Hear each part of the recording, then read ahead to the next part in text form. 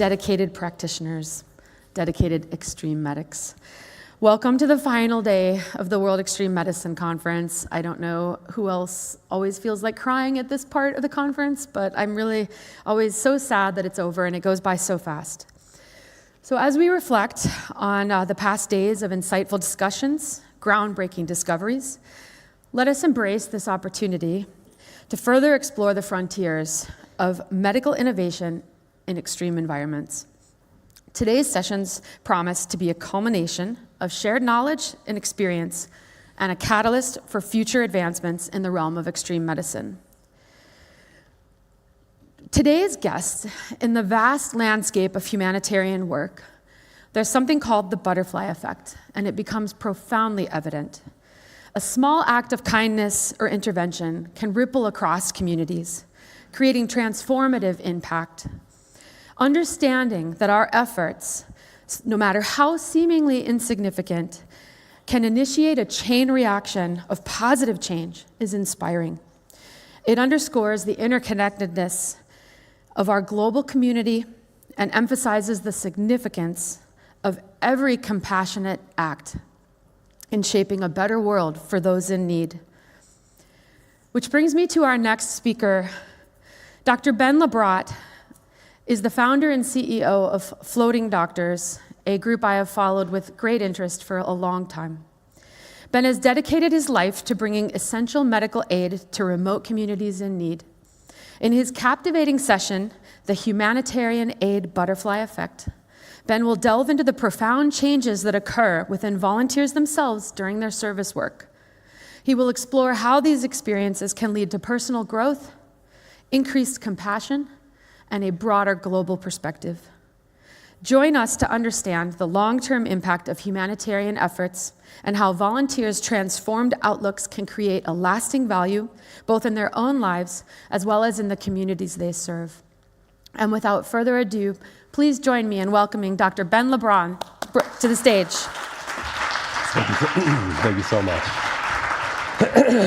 Hi, everyone. Thank you so much for joining on the last day. It's really interesting. We've actually heard a lot of some of the things I'm going to talk about today in what some of our veteran folks have really shared. And this is, this impact of service work, not just on the communities, not just on the patients that we see, but what happens 10 years and 10,000 miles away. What's the really long-term impact of that? And I'll share some of the preliminary results of a study that we've been doing, actually trying to delve into this a little bit more systematically. I'm the director and founder of the Floating Doctors medical team. I'm also a professor of medicine at USC Keck School of Medicine. I teach malaria, palliative care, and resource-limited settings. I'm also the global medical affairs lead for Roche Molecular Systems, dealing with new types of HIV and hepatitis diagnostics for low and middle-income countries, and also the founder of Remote Care Education, which is an organization providing courses to train physicians and other healthcare workers how to, our course title is Orientation International Aid Work, but on the first day I tell people the real title is How to Travel to Foreign and Exotic Places and Help People Without Wrecking Their Lives Through Ignorance. So that course, if you have interested, please see me afterwards. I'm happy to give discount codes. The Floating Doctors team is a humanitarian aid ongoing project. We started off in Haiti after the 2010 earthquake. We then spent time in Honduras, where we encountered the child sex trafficking industry and a lot of drug violence. Went back to Haiti during the cholera epidemic, and eventually were invited to Panama, where we established a rural healthcare service on one of the indigenous reservations. So essentially we have about 10,000 square miles of jungle and mangrove maze and mountains in the archipelago. And from a central base, 52 weeks a year, my team of staff and fellowship folks and our short-term volunteers deploy by boat out to the communities, provide primary care services, advocacy and advanced care, education and capacity building, veterinary and dental care, and we revisit the 25 communities in our network every 3 months. So we actually have good continuity of care for our long-term patients or our patients who have more advanced conditions. I wanted to share our mission statement with you because our mission statement has not changed since our very first day, but the implications of it changed significantly. And our mission statement was deliberately broad. It was to reduce the present and future burden of disease in the developing world, but to also improve healthcare delivery worldwide. Now, at the very beginning, this meant, and still means, that we wanted to establish ourselves physically in multiple locations and use our presence in those locations to not only take care of patients and address health issues, but also to create medical capacity and improve the delivery of healthcare in those locations.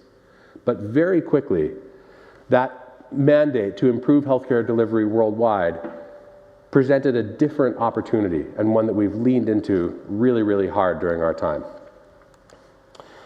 I wanted to talk to you momentarily about what we call the numerology of aid work. The traditional metrics for medical humanitarian aid work are things like number of patients seen, surgeries performed. Benjamin Black actually mentioned something about this towards the end of his talk on women's health. If an organization sponsors, we're going to pay for 10,000 implanons to be put in, that becomes your metric of success. How many of the implanons did you put in? And as Benjamin pointed out, that could be quite dangerous, because now suddenly your focus is satisfying this metric, not looking at actually what kind of outcome for your patients and community you could really be focusing on. And these are not unreasonable metrics. I can tell you how many patients we've seen, how many women we have on family planning, how many training sessions we've held, how many new clinics we've opened. I can tell you about declining or increasing survival time with HIV, or how much we spend per patient, even the number of volunteer hours contributed. But none of these capture the much broader, deeper, diffuse effects that we've come to term the shadow output. And that's what we're going to talk about a little bit today.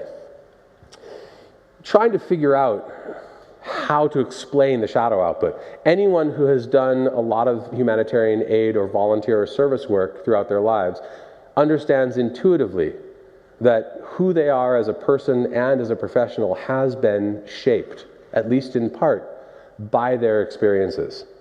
But when we tried to really tease this out, the best way we can describe it is that the shadow output is the result of this transformative journey, in which there's an enriching of your clinical expertise and the way that you practice medicine, certainly a nurturing of your global and cultural consciousness, and also the installation of a deeper sense of empathy and resilience.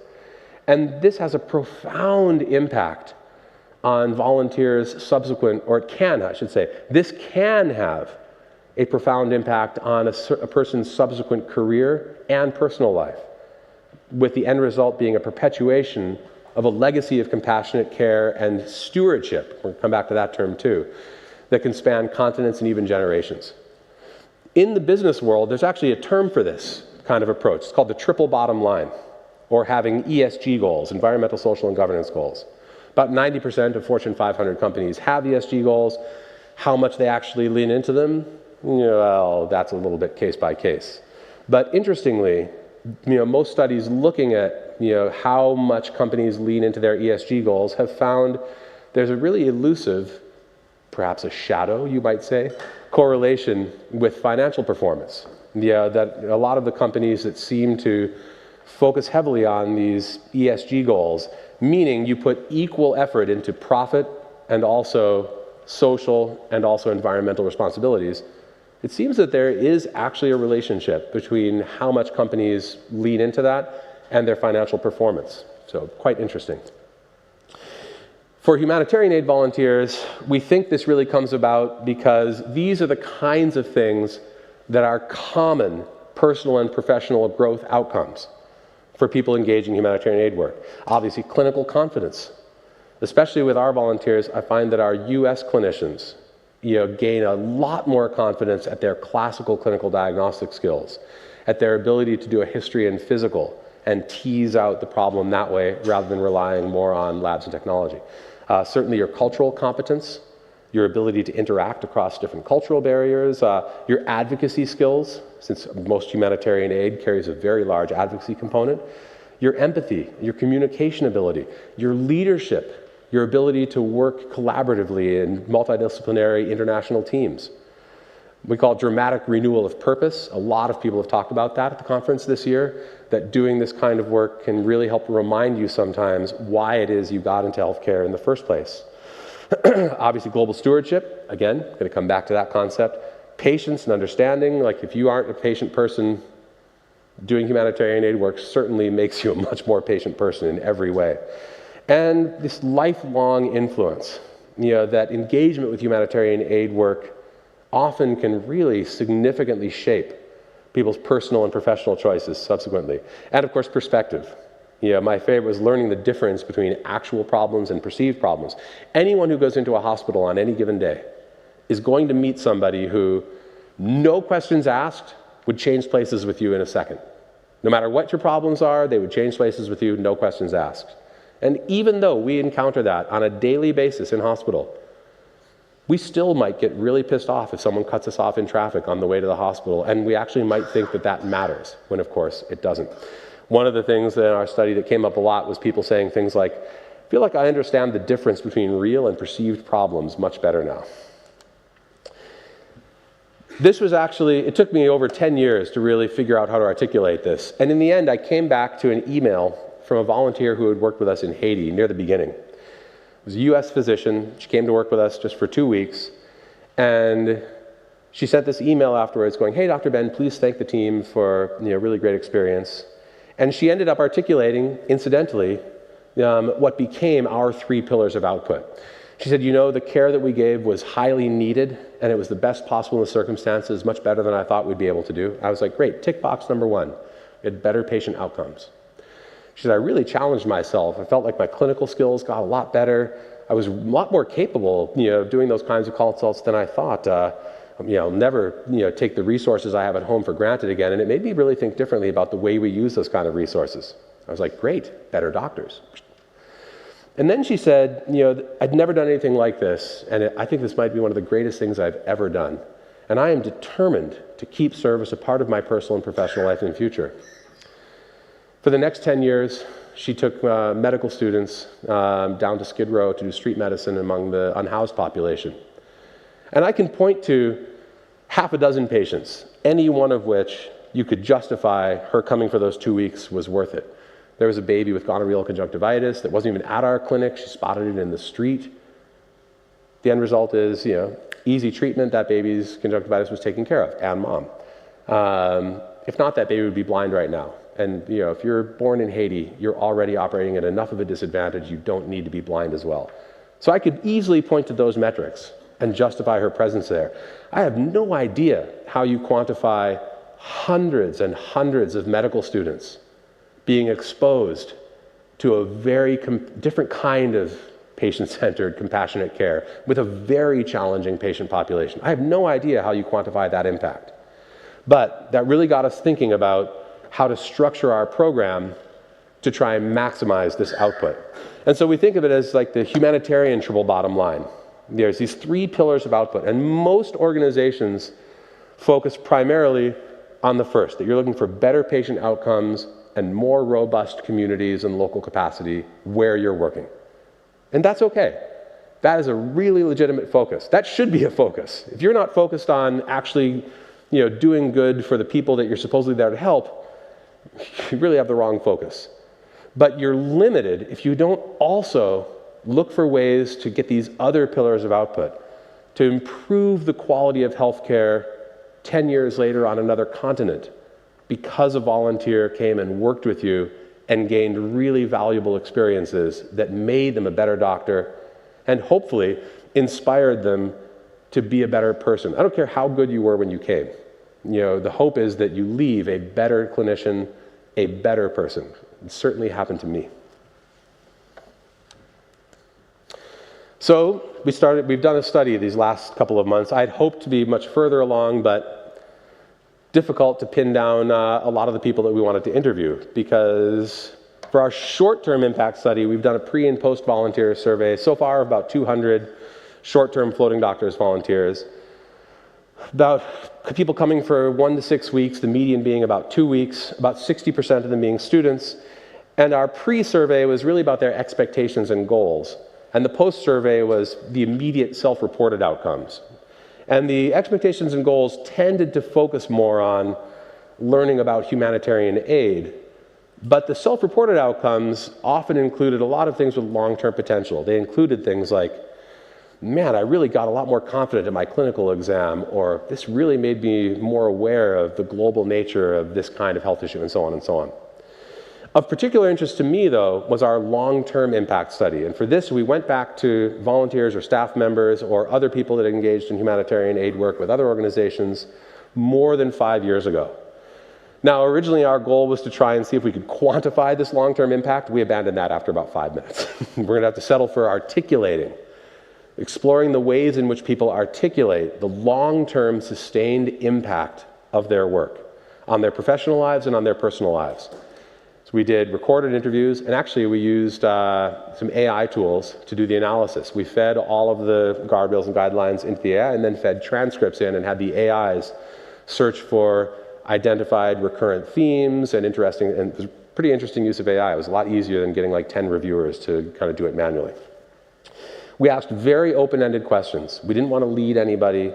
We just wanted to go, has this in any way, and if so, how, affected your personal life, your relationships, the way you approach deeper questions of meaning, and so on and so on. And then similarly with your professional life, we asked very open-ended questions. And so far, we tend to get a lot of agreement in what people have said.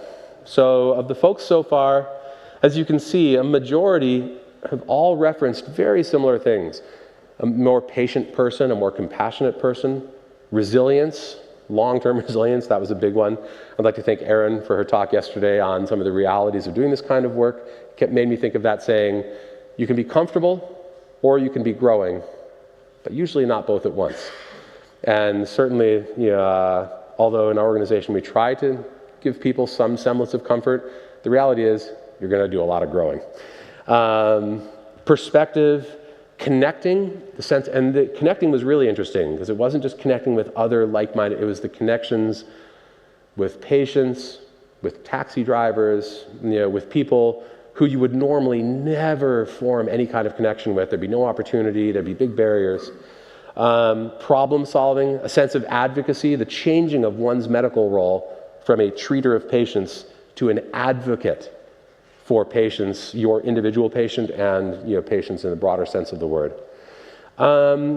Questions of meaning and purpose.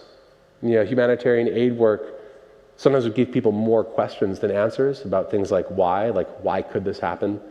And a lot of people talked about being forced to confront those questions. They often didn't come up with a why, but they developed a greater sense of acceptance that there may be no satisfying why, but this is a reality of the world. Some of the horrible things that humans will do to each other is a reality of the world, and learning to work around and accept that reality was something that a lot of people mentioned. Courage. A lot of people mentioned that it made them much braver, that they felt much more confident tackling new things. And frustration tolerance. That was another one that came up a lot that I certainly empathize with. The level of impact, interestingly, kind of correlated, and perhaps not surprisingly, with the length of service. Usually the longer people went, the greater the long-term impact.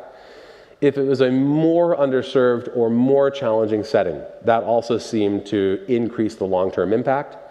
Interestingly, done at an earlier stage of career made a very big difference to the long-term impact.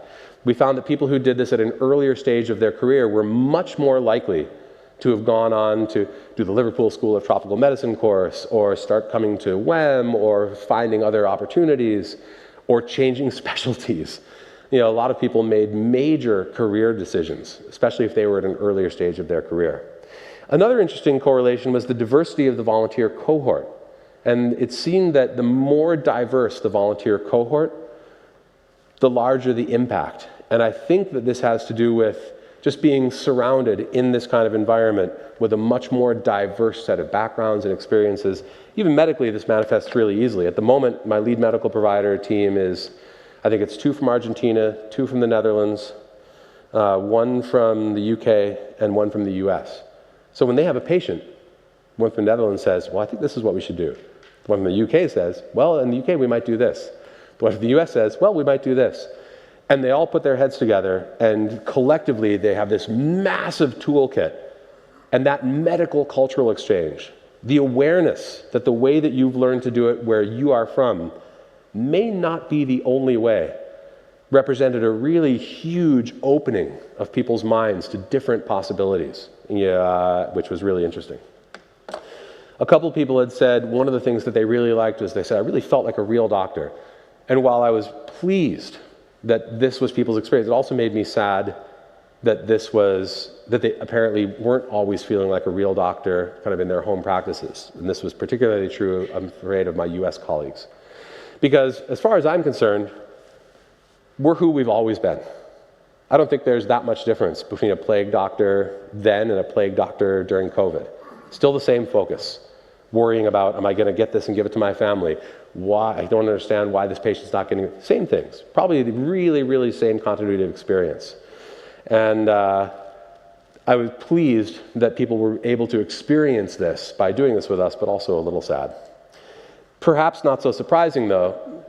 A couple of people had mentioned, this is a different way of practicing medicine. This is old school. And what they meant by that was, kind of in the olden days, and in a lot of humanitarian medicine that is modern, there's a very intimate doctor-patient relationship. A lot of care is done in the home or on the patient's home turf.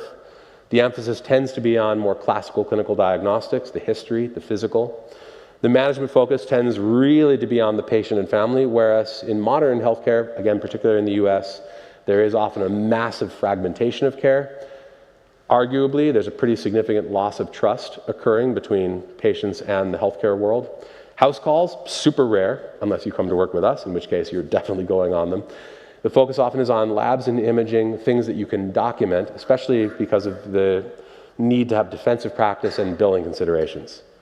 And to have had the opportunity to do this kind of medicine, which is much closer to the way medicine has been done for 1,000 years, I think was extremely valuable for a lot of our participants to get a glimpse of how to try and lean into this kind of medicine within a modern system, to draw from the valuable experiences that this kind of medicine provides you, even in a modern practice where you have a lot more limitations.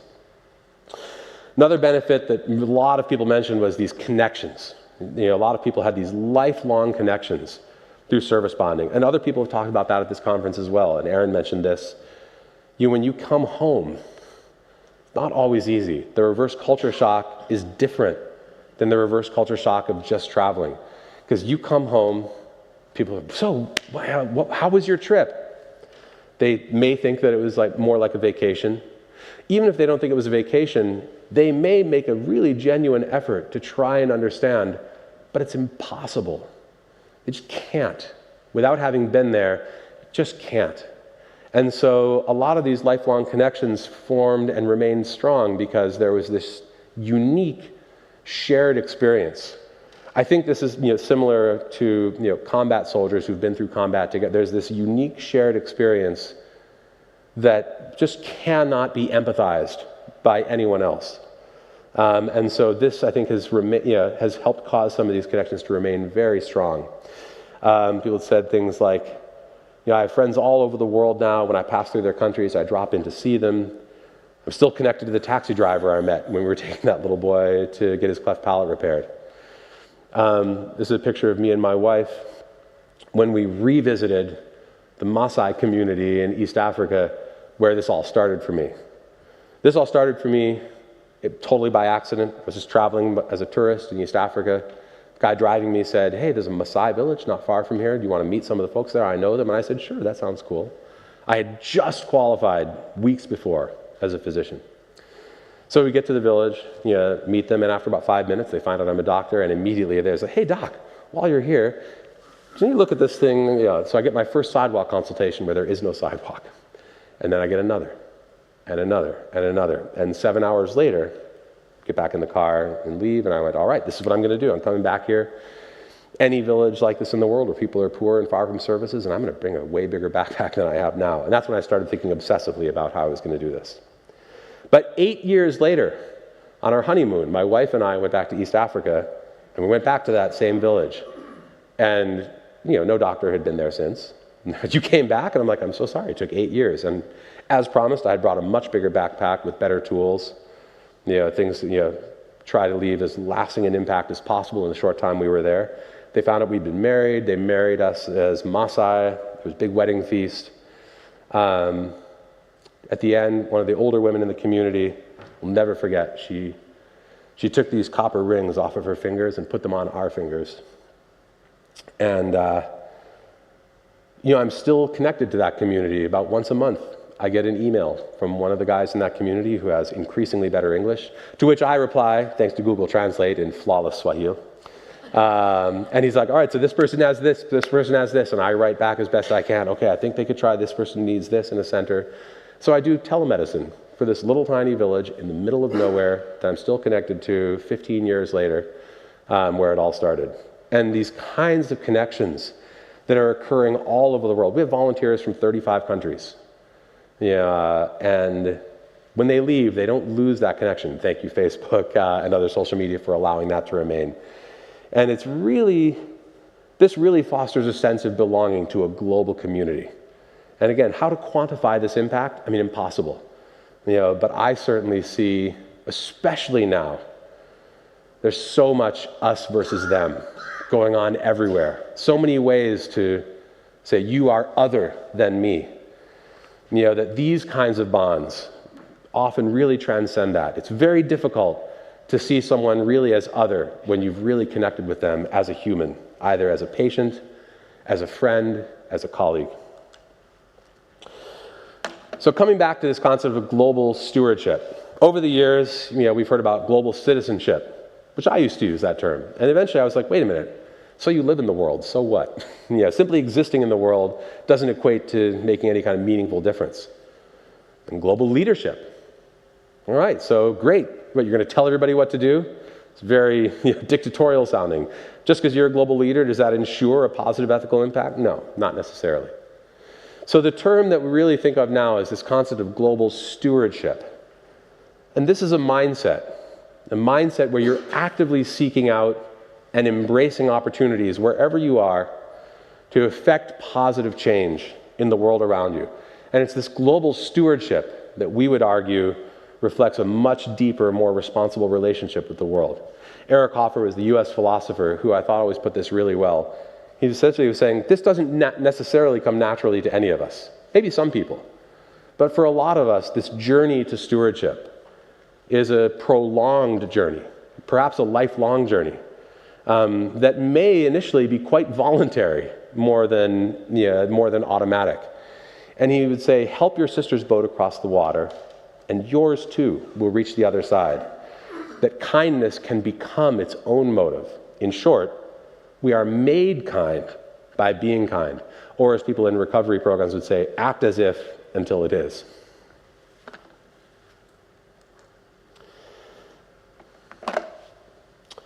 And so, by practicing our professions at home, by engaging humanitarian aid work, overseas work, service work at home, we are transformed.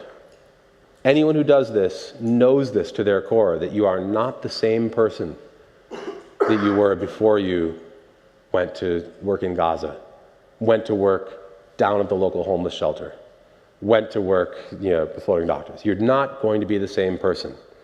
And of course, the goal is that you become a better person. Dr. Ben is a way better clinician and a way better person than I'll ever be.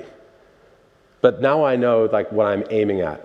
And this painting is hanging up in my dad's room forever, my whole life growing up. He's not galloping somewhere. This isn't a doctor who's a hero on his way somewhere. He's just walking along. He's probably just going out there's a patient he knew he had to go and see that night. He's still going. It's raining, it's crappy out, but this is this doctor's sense of mission, and stewardship, that he's got this skill set and knowledge that is needed by someone who trusts him. So, it's raining and cold, and you still go out. And, it looks like I won't ever have the horse, but a different kind of transport in the rain. So in terms of organizations, we recognized this impact in ourselves, and by extension in our volunteers, really early on. And we really wanted to try and curate our program to maximize this. This is where it's sometimes really difficult for us. There are a huge number of organizations that will accept students, that will accept people without experience, that are straight up predatory, that are there to take your money. And we've cleaned up after organizations where they've had like second-year college students prescribing and dispensing medication. I mean, it's stuff that you wouldn't believe would be allowed, and yet organizations like, we're a humanitarian aid organization, and are collecting thousands of dollars from people, and the students don't know any better. The students think they've gone on to help, and then we're left to clean up the wreckage afterwards. So I spent a lot of time having to distance our program from that, because we do accept and encourage people with no experience, people who are students, people at a very early stage career. And it is, frankly, a lot of extra work for us. It would be way easier for us if we only had a core team of people who are highly experienced. But if we did, we would only have that one output, the better patient outcomes where we are, and that's only 1/3 of our mission. So we've tried to articulate and structure the learning goals. We have a syllabus and workbook for our clinical elective. A lead medical provider would be assigned as a mentor. Even our lead medical providers come as a fellowship to learn how to do this kind of medicine and lead these kinds of expeditions. And I'm very proud of what a lot of our lead medical staff or long-term volunteers have gone on to do subsequently. Gone on to work in Antarctica, gone on to work in East Africa, to work in Sudan, to work for MSF. We wanted to become an organization where you could come and learn a lot of the skills that would make you eligible, for some of these organizations that really require you to have that experience. We do post-mission integration workshops. We have an alumni network. You can do even a debriefing session at the end of a single day. Can really help clarify for people a lot of what happened that day and give them a starting point of how to process that internally in a way that will provide meaningful change later on for them. You can offer service sabbaticals. You can offer scholarships. You can do, make sure that you have diverse interdisciplinary teams. You can do advocacy training. You can create courses that have CME or continuing education credits. March 10th, we are going to offer in Panama our 1-week CME course, which will be a mix of some really great lectures and practical sessions and live deployment with our team out to the villages where, under supervision of our team, you'll be able to put these skills into practice. So if you have interest in that, just see me afterwards, because I'll give a discount code for you guys. Again, cultural competency training. Every year we add more stuff to the front end of our volunteer experience. So we give more materials and more resources to prepare people even better. And especially with our lead medical provider fellowships, one of my first questions interviewing them is always, what is it that you would like to do with your medical career? What's your interest? And I really will try and match what I have them do on site, to what their main interest is. Maybe it's maternal health, maybe it's child health, maybe it's infectious disease, maybe it's primary care, maybe it's public health.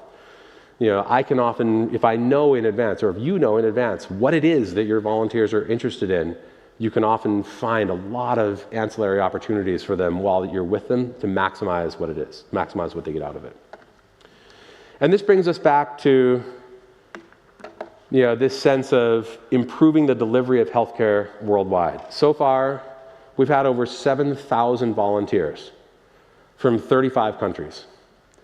We've had undergraduate students, we've even had high school students. We often will encourage parents to bring their children with so that they can dip their feet into this pool and kind of set that spark. Interestingly, one of the biggest impacts we've had has been on the high school students who have come.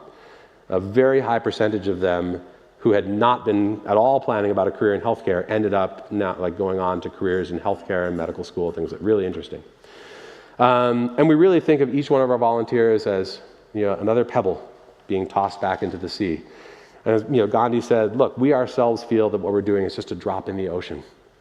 But the ocean would be less because of that drop. And drop by drop, pebble by pebble, who knows where those ripples will wash ashore. And it always makes me think of Robert Kennedy's great Ripple of Hope speech. He's like, look, every time a single person, one little individual human, stands up for an ideal or acts to improve the lot of others or strikes out against injustice, they send forth this tiny ripple of hope, and crossing each other from a million different centers of energy and daring, those ripples will build a current that can sweep down the mightiest walls of oppression and resistance.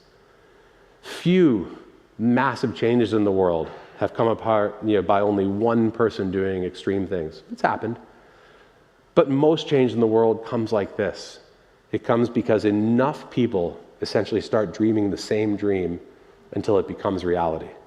And so, bit by bit, volunteer by volunteer, we cast these pebbles back into the sea. Where the ripples wash up, that's not up to us. But it has been really, really exciting for me and interesting for me to see, now that I'm conducting these interviews, going back to these people that haven't worked with for 10 years, 5 years, and to hear what's happened in their life, to hear what they've done and what they've engaged in and how this work has transformed them, I have to say at a very personal level, has validated so much of the effort that we've put into this. So again, I can't stress enough, it is so difficult for early career stage people to find these opportunities, especially because there are so many opportunities that are so predatory and so unethical. But I will say, if you can find an organization, I hope like ours, or any other organization that really has a real commitment to this humanitarian triple bottom line, this is going to be a really great opportunity. So when you go to these organizations, you can ask, what kinds of learning resources do you have? What kinds of mentorship do you have? If you can find out how much of their focus is only on the patients and how much of it is also on the volunteers, on the people power that actually makes those programs work, you'll be able to find out pretty quickly, especially if you talk to previous people who've worked with them. This is a good pro tip. If you're wondering about an organization, ask the organization, hey, is there anyone that you can connect me with who volunteered with you? If they're hesitant about connecting you to someone who volunteered with them, that's a big red flag. But talk to people that worked with an organization before and ask them, what did you learn? Do you feel like you came away from that having learned enough of value that outside of what you were able to do for patients, especially if you were a less skilled early career person, that it was worth going and doing the trip? I guess we finished pretty quickly, actually, so that worked really well. I did want to share some of the really top advice. The last question we asked people in the interviews was, okay, someone's thinking of doing this, what's any words of wisdom?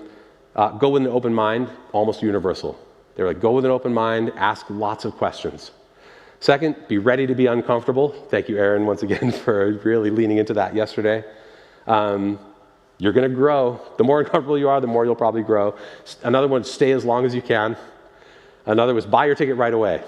Commit yourself. I often will talk to people, I always mean to. Life can really get in the way. But once you've bought your ticket, you're kind of set. And my favorite, make sure to carry some dry underwear in a Ziploc bag. So I'm going to stop there. Thank you guys so much for listening on the last day. This has been an awesome conference with a huge humanitarian aid emphasis this year. Woo! And if you guys have any questions, happy to listen.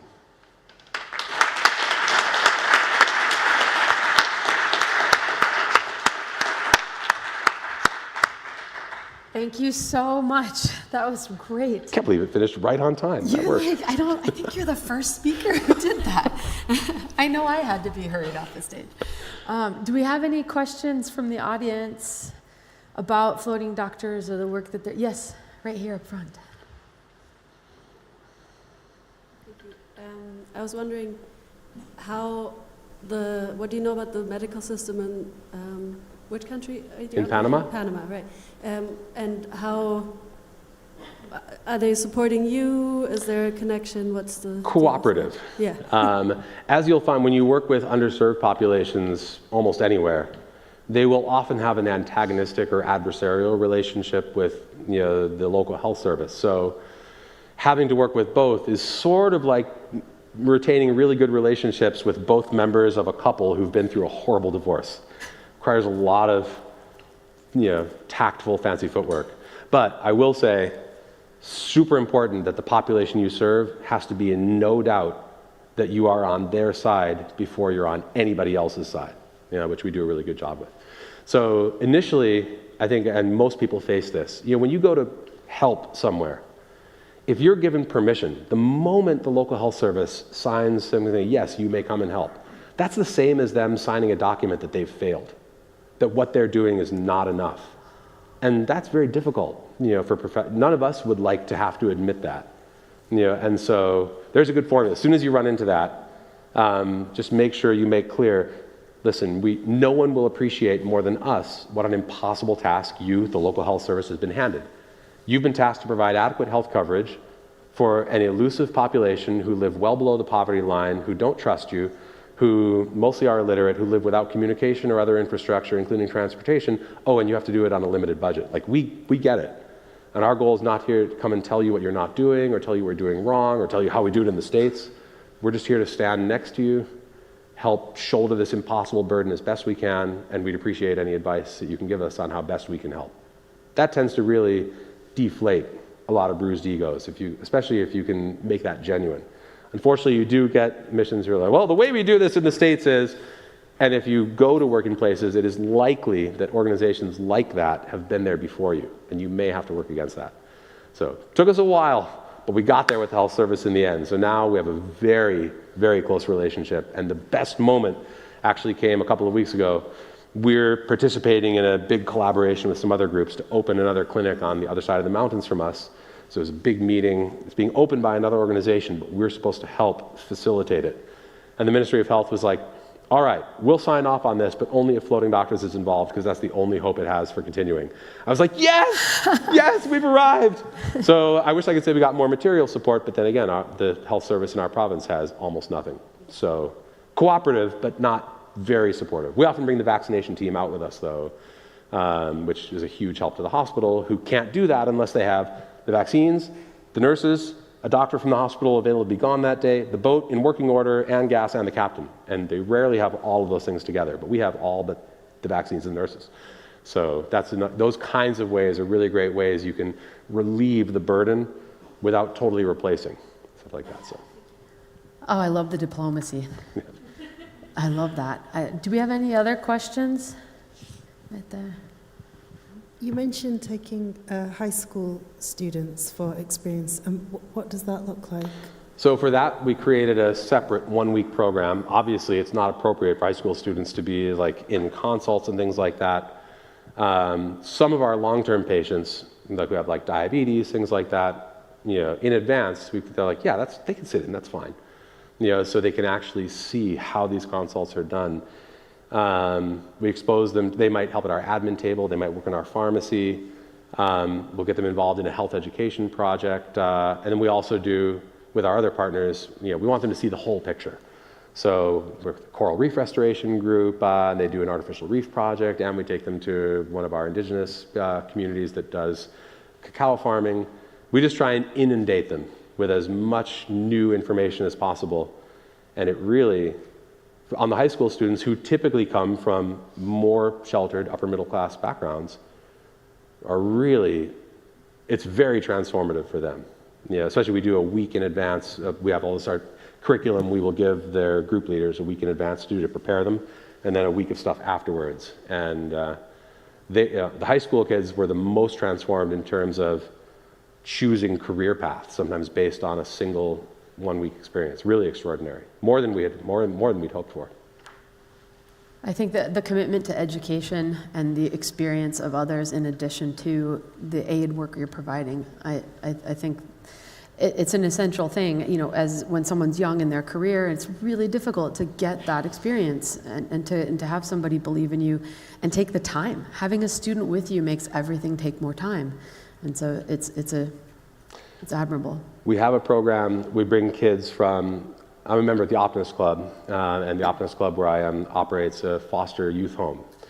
And so we found a supporter who will support us bringing a cohort of 18-year-olds who've just graduated from the foster home. So these are kids with difficult immigration background statuses. Some have been in trouble with the law. They come from broken homes. There's been problems of abuse.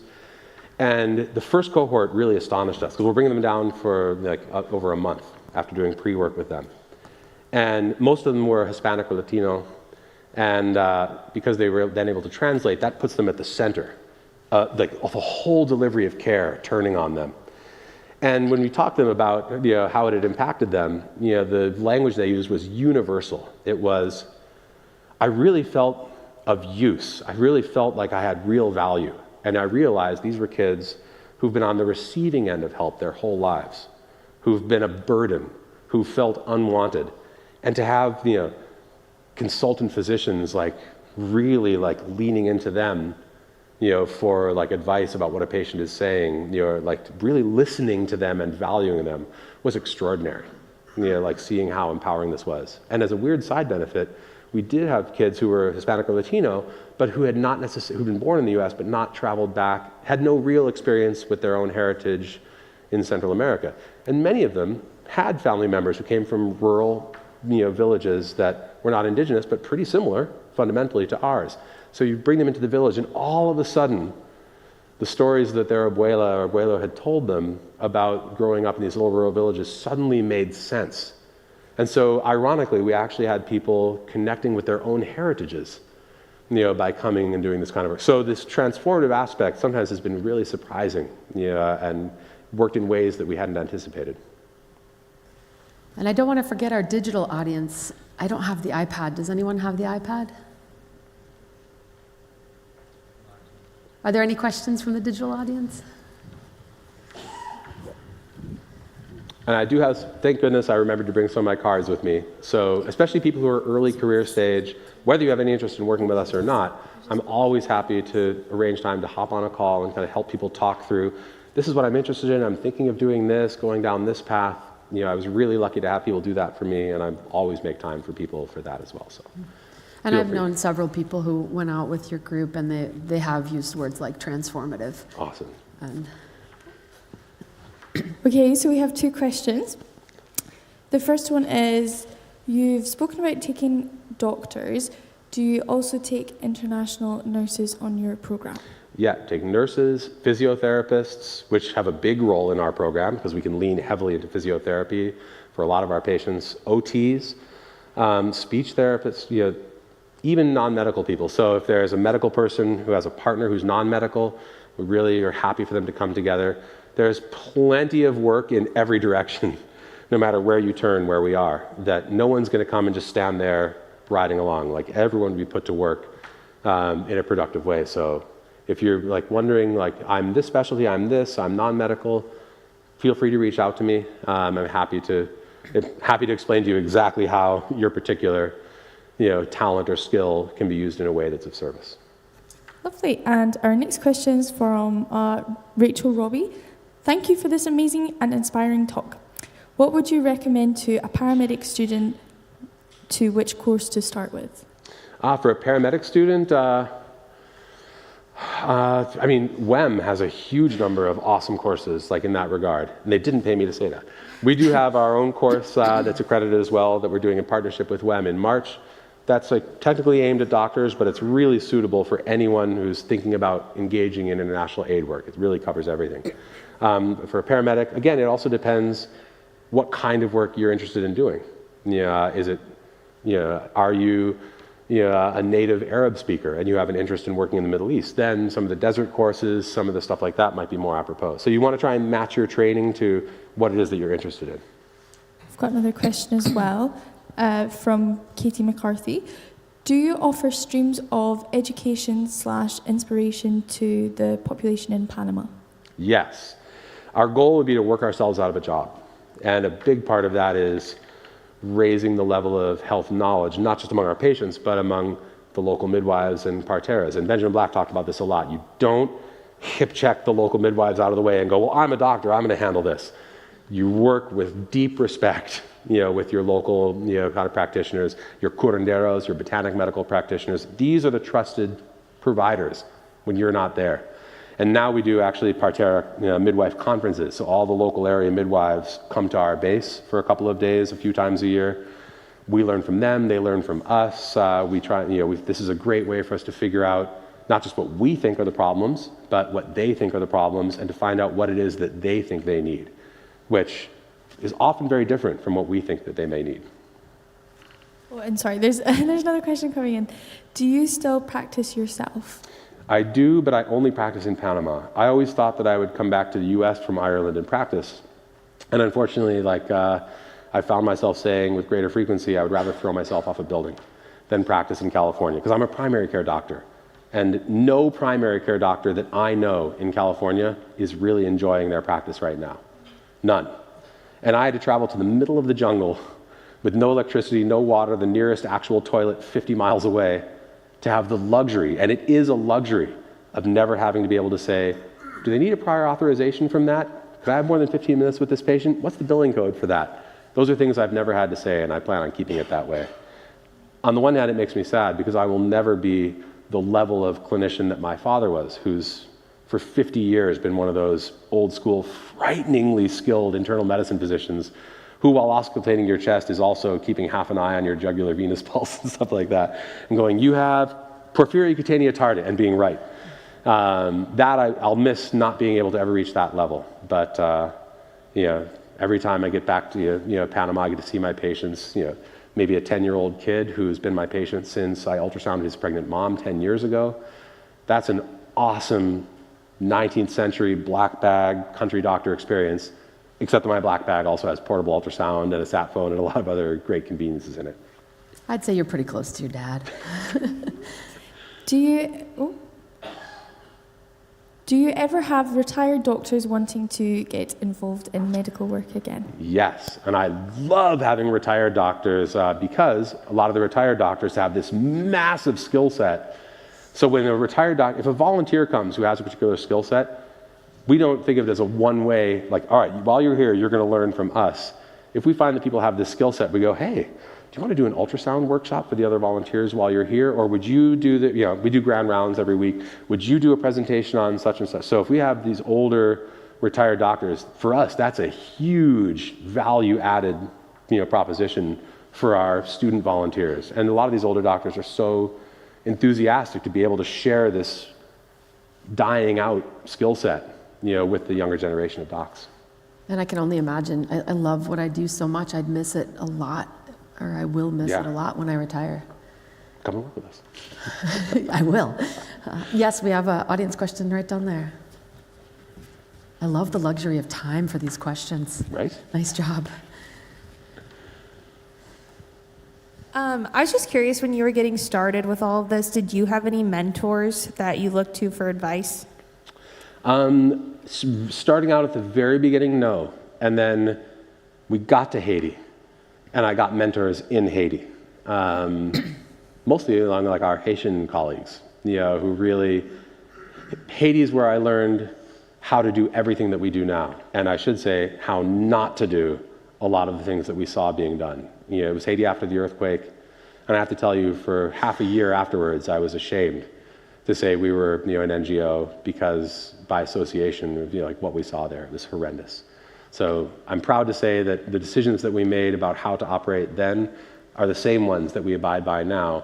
But without that experience, I don't know what would have happened had we not had such a formative experience. But I'm forever grateful to, some of the Haitian physicians that we worked with, who helped me really understand, in a really resource-limited setting, this is how you try and get this done.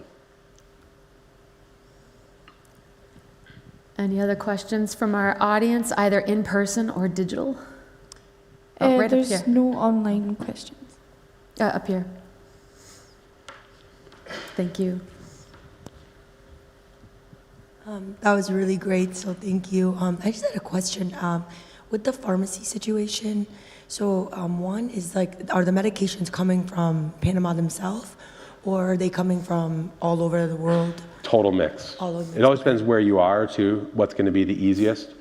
Everyone always thinks, oh, bring everything with, but some things may be really inexpensive locally. So we buy some stuff locally, some stuff given by the Ministry of Health, some stuff we purchase externally from different continents, and some stuff we get given by different organizations. So it's, Yeah, that's because last month when we were in India, they actually wouldn't let us bring anything. We had to use all of the medications they'd give us. Yep. So that's why I was curious. And it's always case by case, depending where you're working. We were really fortunate, in Panama, we were able to establish an importation pipeline that was doable. Whereas in Honduras, it took us 6 months and 1,000 emails to bring in one container without facilitation fees in the tens of thousands of dollars, which we refuse to do. We don't care if it's culturally warranted. We don't participate in that because it just hinders the development of fair systems.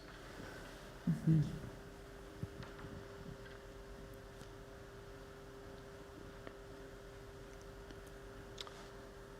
We good? All right.